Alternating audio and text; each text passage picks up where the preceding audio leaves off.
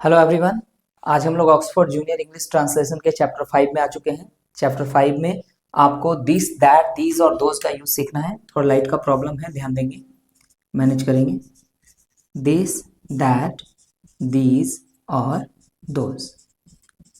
This यह, that वह, these ये या फिर ये सब, दोज वे या फिर वे सब।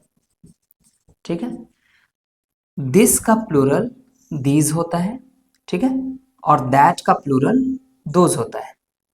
अगर अपोजिट चले तो दीज का सिंगुलर दिस होता है और दोज का सिंगुलर दैट होता है। ठीक है। दिस जो होता है ये नजदीक में बात करेगा और दैट दूरी में बात करेगा, और इसी तरीके से दीज जो है ये नजदीक में बात करेगा और दोज ये दूर की बात करेगा। फर्क ये है कि दिस सिंगुलर होता है और दीज प्लूरल होता है। यानी अगर आपको सिंगुलर में चाहिए तो दिस का यूज कीजिए नजदीक के लिए, और अगर नजदीक में प्लूरल की जरूरत है तो दीज का यूज कीजिए।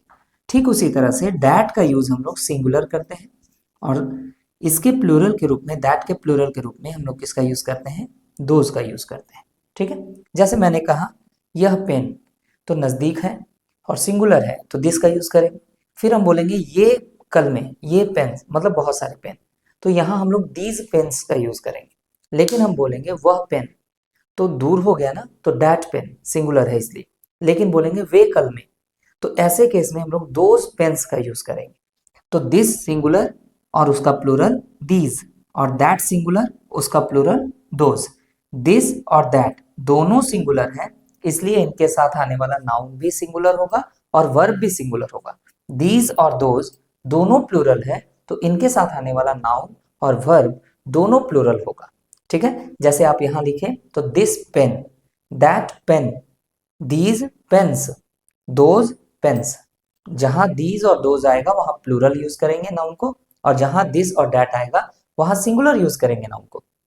दूसरी बात, अगर वर्ब की बात करनी है तो जहां दिस और दैट रहे वहां सिंगुलर वर्ब दीजिए। इज एम आर में से इज का यूज करेंगे इनके साथ, यानी दिस और दैट के साथ, दिस और दैट के साथ इज एम आर में से इज का यूज करेंगे और वॉज वेल में से वॉज का यूज करेंगे। लेकिन दीज और दोज के साथ इज एम आर में से आर का यूज करेंगे और वॉज वेल में से वर का यूज करेंगे। ये ध्यान रखना होगा।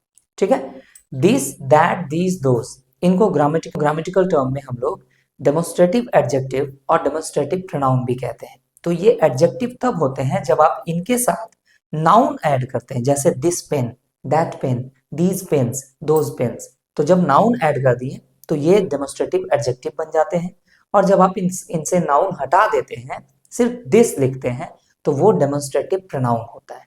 ठीक है। तो ये एडजेक्टिव भी है, ये प्रोनाउन भी है, डिपेंड करता है कि इनके साथ नाउन आया है या नहीं। अगर साथ में नाउन आया है तो ये एडजेक्टिव है, और अगर नाउन इनसे अलग हो चुका है तो ये प्रोनाउन है।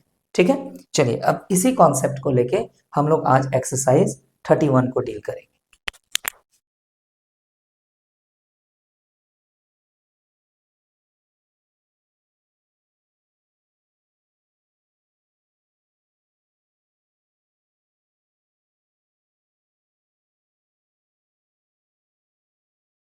यह एक अंडा है। This is an egg. A और एन का यूज हम लोग ऑलरेडी पढ़ रखे हैं। ये अंडे हैं, बहुत सारे हो गए ना, तो दीज आर एग्स। यह बल्ला है, एक ही होगा ना, दिस इज अ बैट। ये बल्ले हैं, दीज आर बैट्स। ठीक है। वह प्याला है, दैट इज अ कप। वे प्याले हैं, दोज आर कप्स। देखा आपने, जहां दोज का यूज हो रहा है वहां नाउन प्लूरल, जहां दैट का यूज हो रहा है वहां नाउन सिंगुलर और वर्ब भी सिंगुलर, यहाँ वर्ब भी प्लूरल। वह चींटी है, दैट इज एन एंट। वे चींटियां हैं, दोज आर एंट्स। ठीक है। यह एक कुत्ता है, दिस इज अ डॉग। ये कुत्ते हैं, दीज आर डॉग्स। वह एक गाय है, दैट इज अ काउ। वे गाय हैं, दोज आर काउस। यह एक बच्चा है, दिस इज अ चाइल्ड।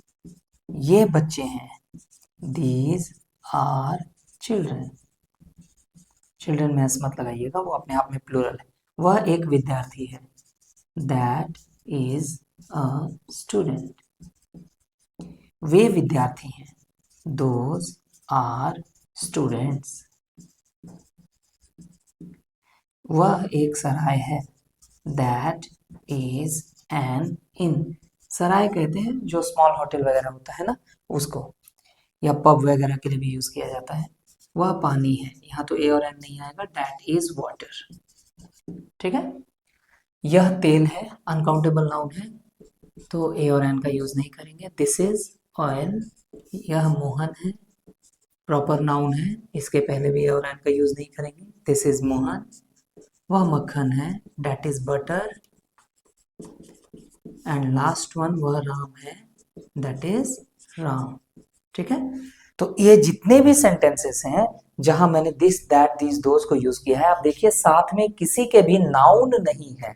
तो इस एक्सरसाइज में, एक्सरसाइज 31 में हमने दिस दैट दीज और दोज का जो यूज किया है, ये क्या है, डेमोन्स्ट्रेटिव प्रोनाउन। ये एडजेक्टिव क्यों नहीं है, क्योंकि हमने इनके साथ नाउन नहीं रखा है। जैसे दिस एग नहीं कहा है हमने, दीज एग्स नहीं कहा है।